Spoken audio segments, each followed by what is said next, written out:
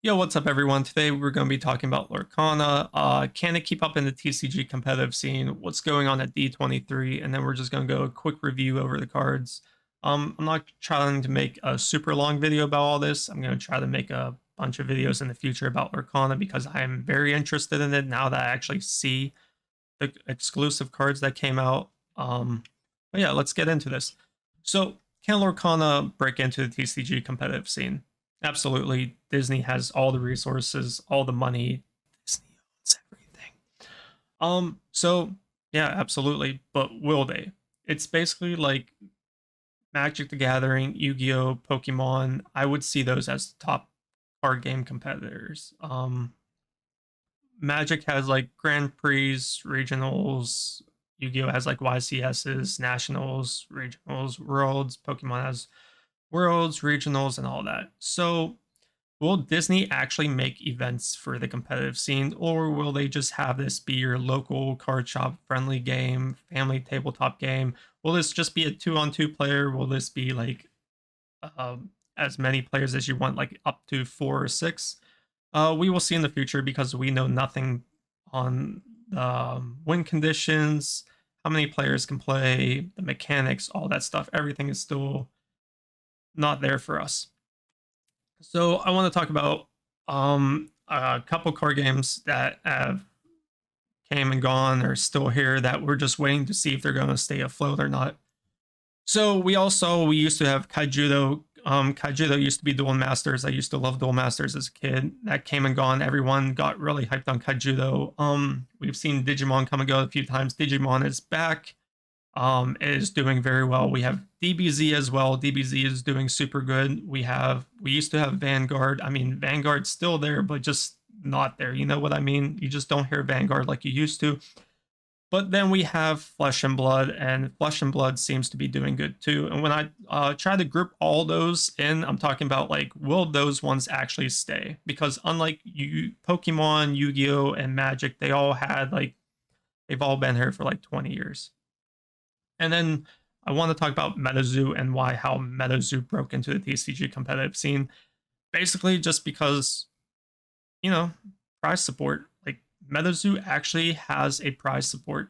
And I think they just had a 300K prize support. I think first place got like 100K. And then next year, somewhere in Texas, they're going to be doing a 1 mils prize support. Like, that is almost drawing me in as, as a competitive player. Like, who wouldn't just want to go take a chance to win a big prize pool like that?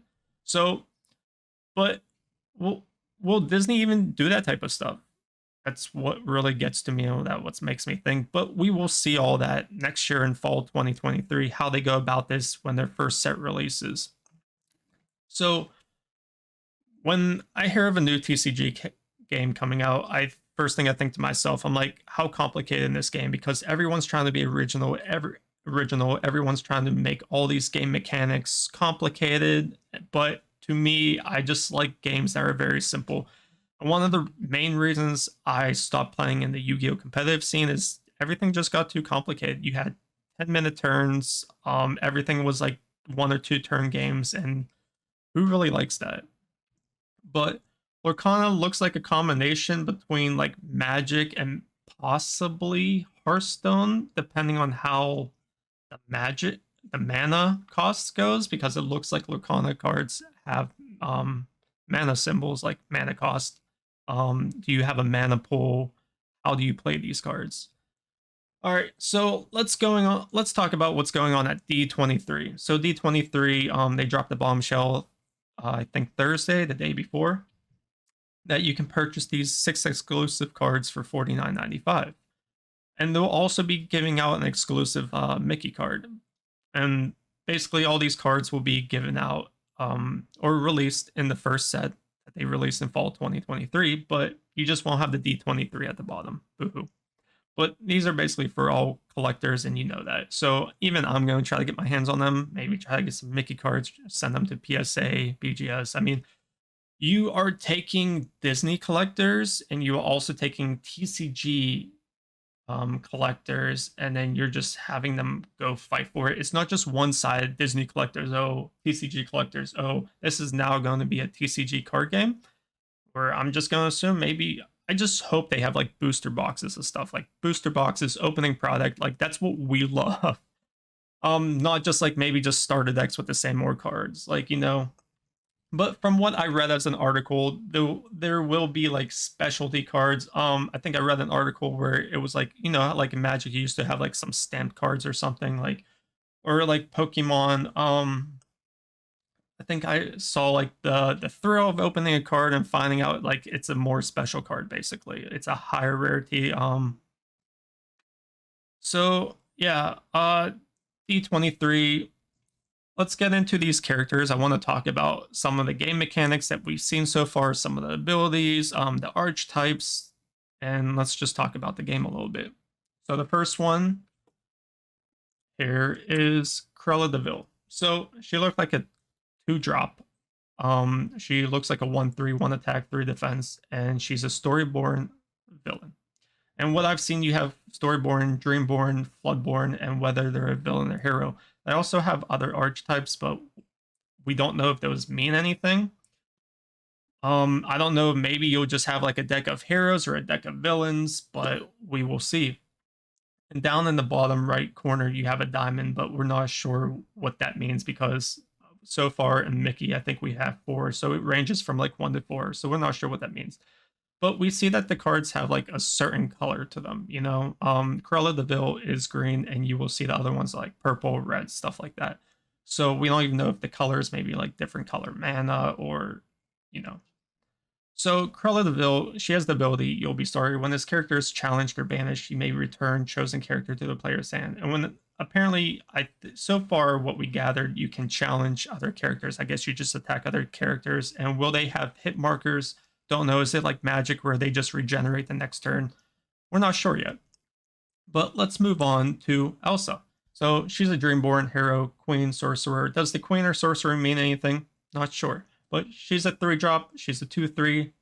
She has the ability of freeze, exert, chosen, opposing character. So to me, exert means tapping. So exert, chosen, opposing character. So you just tap opposing character, an opponent's character, basically. I also love the flavor text on these cards. Very cool. Just like Magic. I just like how they combined everything into one card. It just looks perfect. It amazes me how they have like the artwork like 2/3 of the card basically, almost. Like it's a little more than half the card, you know? I just like how they crammed everything and they just had enough to basically bring out the artwork because the artwork is amazing.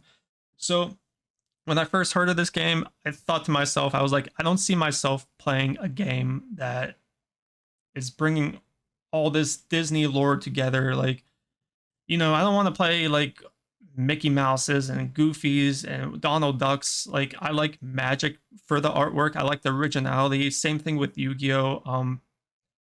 Everything you basically grew up as a kid, you just get into because of nostalgia. You like the originality of it. Even like older players who actually get into Yu-Gi-Oh and Magic, they come for basically the originality, the artwork, all that. But Disney did very good at this artwork and originality and how they kept the game, or it seems like they're keeping the game very simple.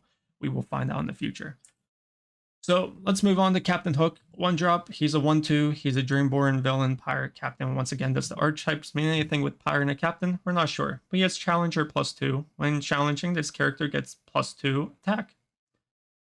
He loves to make light of a foe's predicament. Nice.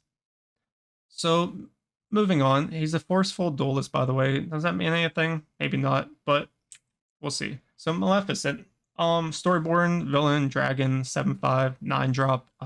Their ability is Dragonfire. When you play this character, you may banish chosen opposing character. So you banish it. So it looks like you have some type of graveyard and a banishment zone. Speed running through this, another one, Robin Hood. This one has 2 abilities. He's a 4/4, 6-drop. He's a blue card. Storyborn hero, feed the poor. When you play this card, if an opponent has more cards in their hand, draw a card. That's pretty good. Good shot. During your turn, this character has evasive. So he looks like he's a very good card, or at least to me. I mean, drawing cards, getting a +1 on your opponent, and then also a character that has evasive. That's great, but that's during your turn. So basically, I will get in when we get to the Mickey Mouse card, who also has evasive. So on your turn, Robin Hood would be able to challenge Mickey Mouse. You know what I mean? So moving on to Stitch, he's a Floodborn. I'm not sure what Floodborn means, but hero, alien. Here's the one game mechanic that we actually see is Shift. So he has Shift 4. You may pay 4 to play this on top of one of your Stitch cards. So he's a 6 drop, so instead of paying 6, maybe you just pay 4 and you have to overlay it on top of your Stitch card, which, so there is overlaying in this game. He's a 3/5, and his ability is Adoring Fans. Whenever you play a character with cost 2 or less, you may exert it to draw a card. So you tap it, draw a card, another +1. So let's get to the exclusive Mickey card. Cost 8, he's a 5/5, great artwork, great flavor text. He's a Dreamborn hero, evasive. Only characters with evasive can challenge his character. So that's what I was talking about. Robin Hood on your turn can basically challenge Mickey Mouse, I would assume, is how it's going to be. So that pretty much sums up all the cards. These are just the D23 exclusive collector cards, basically. When I say collector cards, is you really see people playing D23 cards. I don't know what to say. I would honestly, if I got them, I would grade them. I would have extras just to maybe even play just to, like, it's like a small flex, you know? But that basically sums up everything I want to talk about right now.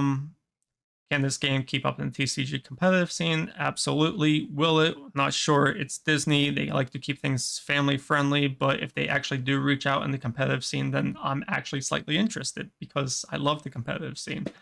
But the future awaits, and I guess we have to wait another year. Maybe they'll keep dropping some, clues here and there, and then just basically give us the mechanics of the game, and then dropping some more preview cards. I would love to see more of the artwork they have on these cards. And then also, like, this game seems like it could expand into the whole Disney world, like, Star Wars, all that stuff. So we will see Marvel Universe, everything. So yeah. So that's all I want to talk about today, and hope you guys enjoyed this video. Comment below what you think, give it a thumbs up, all of that stuff, even subscribe. But I'll see y'all later, and have a good day.